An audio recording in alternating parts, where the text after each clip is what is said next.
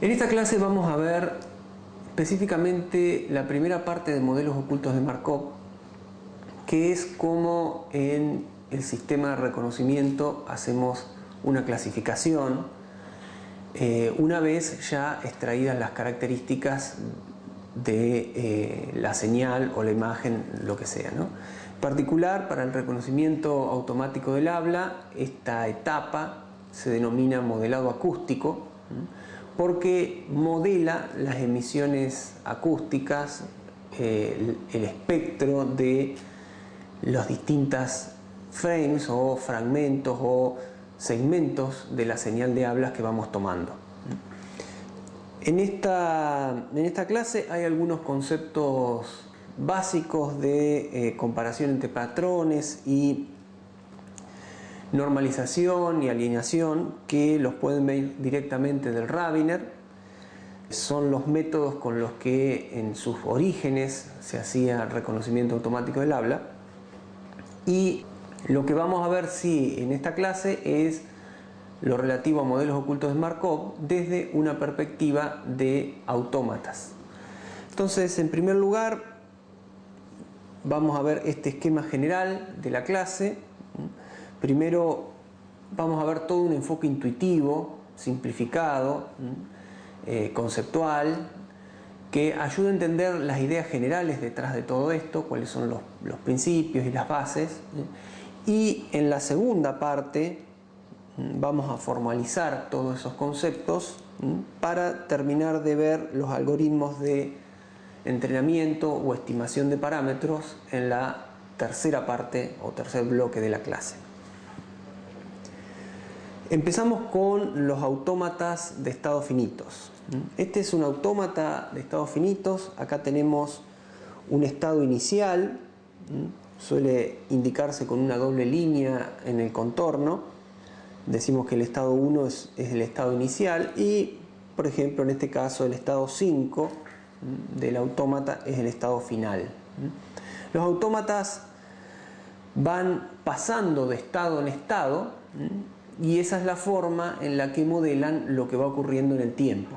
Cada estado puede tener un comportamiento diferente y por lo tanto en cada instante de tiempo se ve que el autómata tiene un comportamiento, una salida o procesa las entradas de una manera diferente.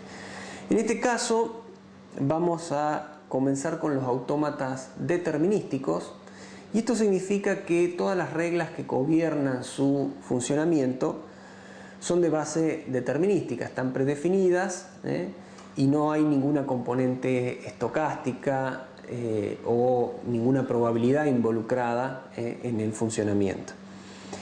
Es por eso que en esta parte vamos a ver este caso sencillo de los autómatas determinísticos para luego sí pasar a los autómatas probabilísticos, que son los que nos interesan concretamente para arribar a los modelos ocultos de Markov.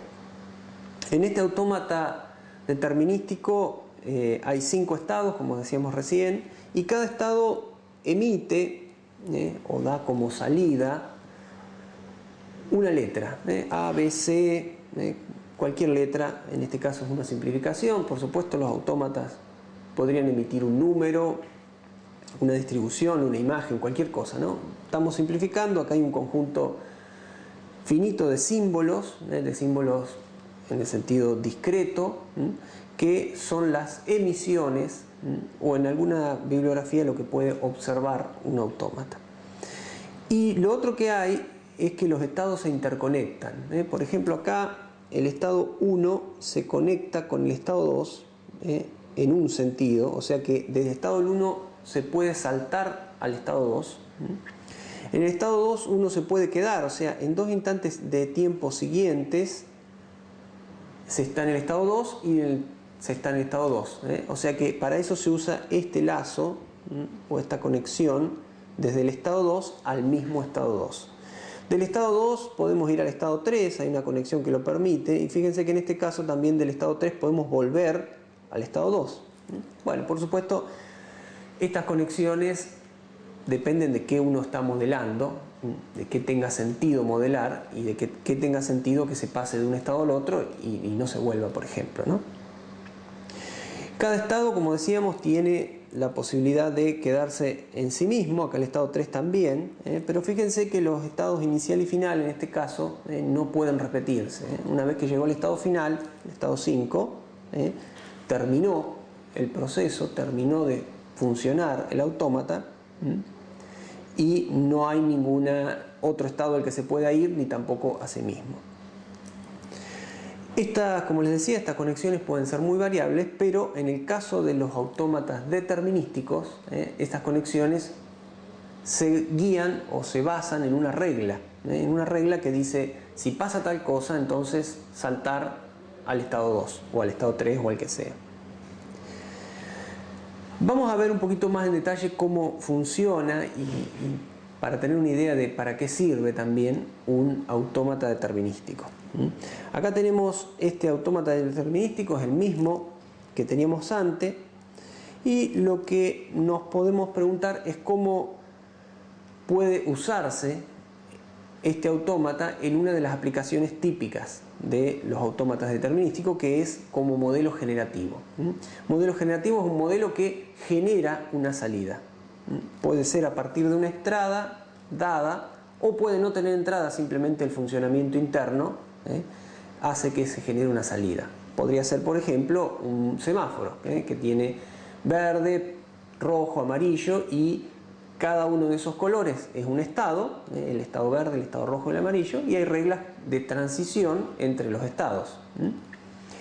Entonces está generando una salida, es un modelo generativo, o cuando lo modelamos con algo que es generativo, pero no recibe ninguna entrada específica, tiene un sistema interno que lo hace pasar de un estado al otro. Entonces la clave es cómo definir los estados y las reglas de transición. Las reglas de transición van a decir cómo se pasa de un estado al otro. Y los estados, como les decía, para el caso del semáforo o para cualquier caso, tienen que ser relativos a alguna interpretación física que nosotros le podamos dar a ese modelo. Entonces vamos a suponer un caso, un ejemplo de juguete, un caso ficticio totalmente, para entender cómo podría funcionar como modelo generativo un autómata de estado finito determinístico. Aclaro nuevamente que es solamente un ejemplo, no es que todos tengan que funcionar así, ni mucho menos. Vamos a suponer en primer lugar que no hay entradas. El modelo no tiene ninguna entrada. Funciona solo, por decirlo así.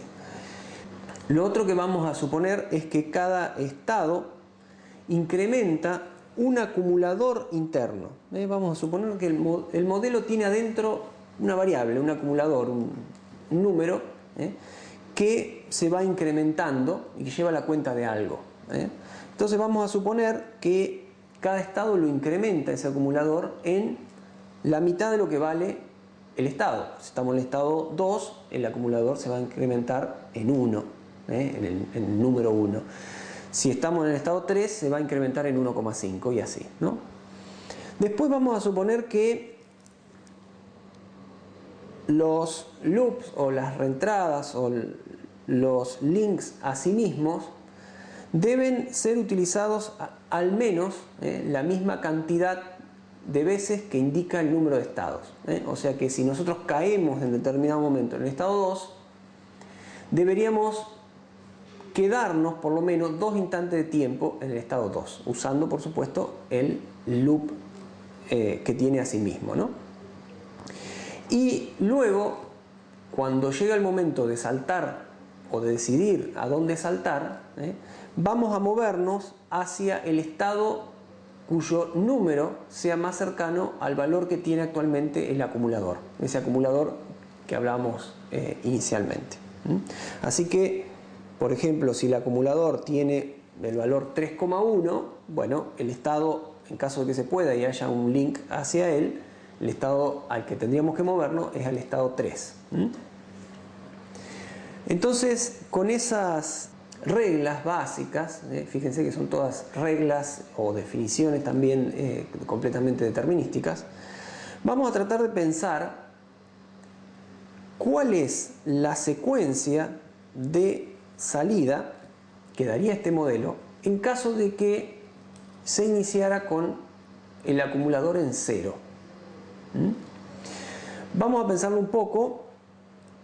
El modelo tiene que iniciarse sí o sí en el estado 1. O sea que se inicia en el estado 1 y por lo tanto el modelo, estando en ese estado, va a incrementar el acumulador en 0,5. O sea que podemos escribir acá el acumulador 0,5. Luego el modelo no se puede quedar en ese estado porque no hay ninguna vuelta al mismo estado, por lo tanto tiene que sí o sí pasar al estado 2. Tiene que usar esta conexión y pasar al estado 2. Cuando llega al estado 2, estando en el estado 2, incrementa el acumulador en 1. O sea que de 0,5 pasaríamos a 1,5. En el estado 2 se tiene que quedar por lo menos 2 veces, así que ahí tendría que utilizar de nuevo el link que le permite volver a sí mismo, y vuelve a caer de nuevo en el estado 2. Así que vuelve a acumular 1 más, o sea que ya estaríamos en 2,5. Recordemos que empezó en el estado 1, saltó al estado 2, luego se quedó de nuevo en el estado 2 y ahora estamos en 2,5, puede decidir hacia dónde saltar. 2,5 está cerca de 3. Fíjense que el 2 tiene la posibilidad de saltar al 3 o saltar al 5.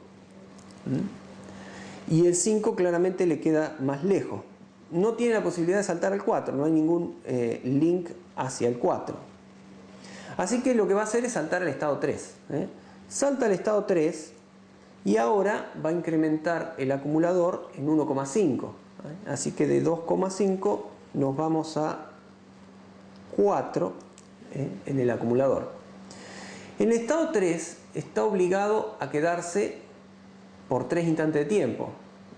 Esa era otra de las reglas que teníamos. Todas reglas, insisto, determinísticas. Así que se va a quedar una vez más en el estado 3 y va a pasar a valer 5,5 el acumulador, lo incrementa en 1,5. Se va a quedar otra vez más en el estado 3 y va a pasar a valer ahora 7 el acumulador interno. Y ahora sí, una vez que ya cumplió con el mínimo de veces que se tiene que quedar en un estado, puede decidir a cuál va a saltar. Entonces acá la posibilidad que tiene es de venirse al 4, volver al 2 o saltar al 5, que claramente el 7 está más cerca del 5, así que cae en el estado 5 y bueno, incrementa el acumulador en 2,5, así que se irá a 9,5 y ahí tiene que terminar. Así que si la pregunta original era cuál era la secuencia de salida del modelo, lo primero que yo observo acá es que tengo definida así la secuencia de estado.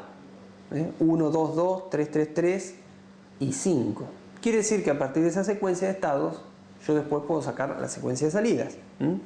Si la secuencia de estados está claramente definida, no hay ninguna duda acerca de cuál va a ser la secuencia de salidas. Cuando estaba en el estado 1 emite una A, cuando estuvo en el estado 2 emitió una B, las 3 veces que estuvo en el estado 3 emitió una C y por último terminó en el estado 5 emitiendo una E. Este es el funcionamiento típico de un autómata determinístico. Ya vieron, las reglas son determinísticas, las salidas asociadas a los estados también son determinísticas, siempre es la misma en este caso. Podría ser algo más complejo, podría ser una función por ejemplo del acumulador, una f de ese acumulador que dé distintas salidas, incluso puede ser una función del acumulador y del tiempo, pero en cualquier caso estamos hablando de una relación determinística en todas las reglas que definen el modelo.